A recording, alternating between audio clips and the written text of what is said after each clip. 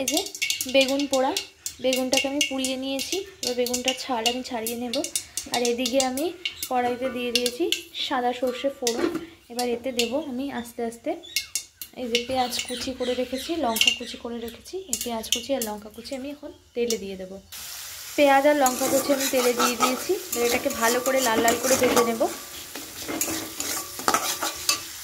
তো এবার আমি কড়াইতে দিয়ে দিয়েছি বেগুন পোড়াটা। বেগুন পোড়াটা ভালো করে ছাড়িয়ে ম্যাশ করে আমি দিয়ে দিয়েছি পেঁয়াজ আর লঙ্কা কুচির মধ্যে দিয়ে এটা আমি ভালো করে কড়াইতে নাড়বো। এবার এতে আস্তে আস্তে দেবো আমি 1 চা চামচ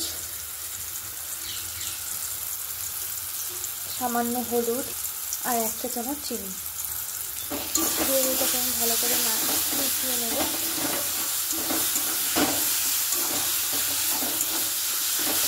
এটা আপনি কাঁচা মেখে খেতে পারেন, কাঁচা পেঁয়াজ, তেল, লঙ্কা, ধনে পাতা দিয়ে, সেটাও খুব ভালো লাগে। বাট আজকে আমি একটু এরকম করে রান্না করছি ডিফারেন্টভাবে। অ্যাকচুয়ালি এটাকে বলে বেগুন ভর্তা, পুড়িয়ে এটাকে ভর্তা বানানো, এটাকে তাই বলে। এবার আমি এটা দিয়ে দেবো কুচি করে রাখা ধনে পাতা।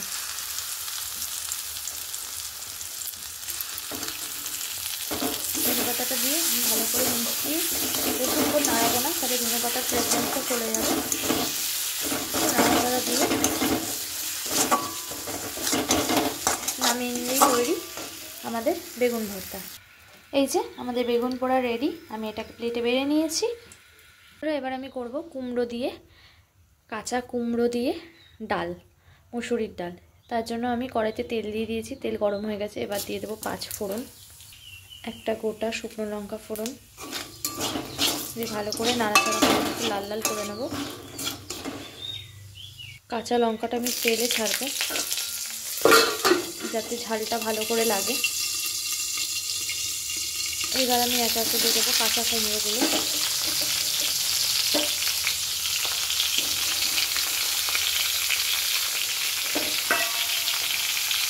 কাঁচা কুমড়োটা কড়াইতে দিয়ে ভালো করে ভেজে নেব।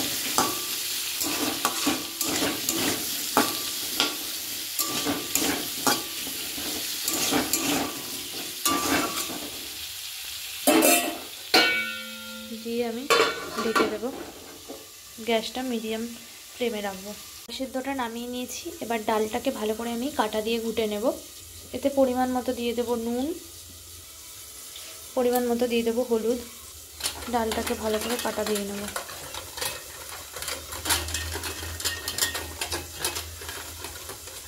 এই দেখুন আমার ডালের স্ট্রাকচারটা ঠিক এরকম এসেছে। ঢাকনাটা সরিয়ে কুমড়োটাকে ভালো করে নাড়াচাড়া দিয়ে নেব।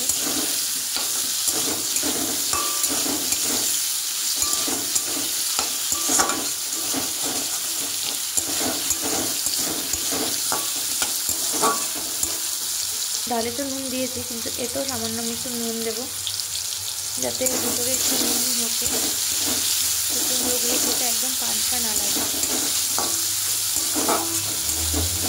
এভাবে আপনারা একদিন বানিয়ে খেয়ে দেখতে পারেন, খুব সুন্দর লাগবে।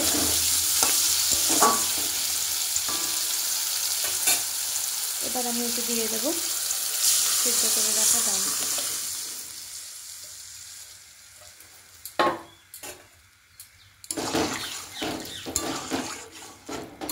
এবার এটা দিয়ে একটু গাঢ় হয়ে আসবে। আমি দেবো সামান্য ধনে পাতা দিয়ে নামিয়ে দেবো।